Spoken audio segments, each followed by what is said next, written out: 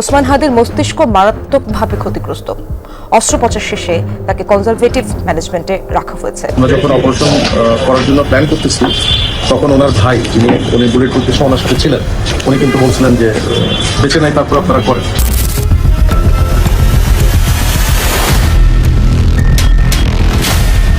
উসমান হাদি এখনো বেঁচে আছেন, গভীর কোমায়, হাসপাতালের বিছানায়। তিনি ফিরবেন কিনা চিকিৎসকরা স্পষ্ট করে কিছুই বলতে পারছেন না। কিন্তু আসল আতঙ্ক এখানেই শেষ নয়, কারণ হাদি কি শুধু শুরু?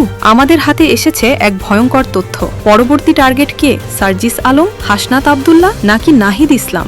লন্ডন থেকে আসা এক গোপন সংকেত, দেশের গোয়েন্দা সংস্থার টেবিলে পড়ে থাকা একটি ফাইল, আর পুলিশের রহস্যজনক নীরবতা। জুলাই বিপ্লবের নেতাদের একে একে সরিয়ে দেওয়ার যে নীলনকশা, তা কি আগেই ফাঁস হয়েছিল? তাহলে কেন সরকার সব জেনেও চুপ ছিল? আজকের ভিডিওতে আমরা তুলে ধরব সেই ভয়ঙ্কর রহস্যের ভেতরের গল্প।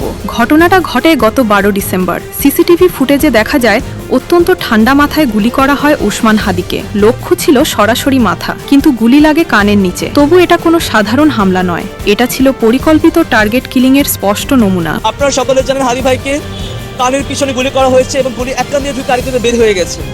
যারা শুটার ছিলেন তারা ছিল শার্প শুটার। হাদি ভাইকে মাথায় গুলি করার কথা ছিল, কিন্তু তার এদিক দিয়ে গুলি লাগে। আলহামদুলিল্লাহ, আল্লাহ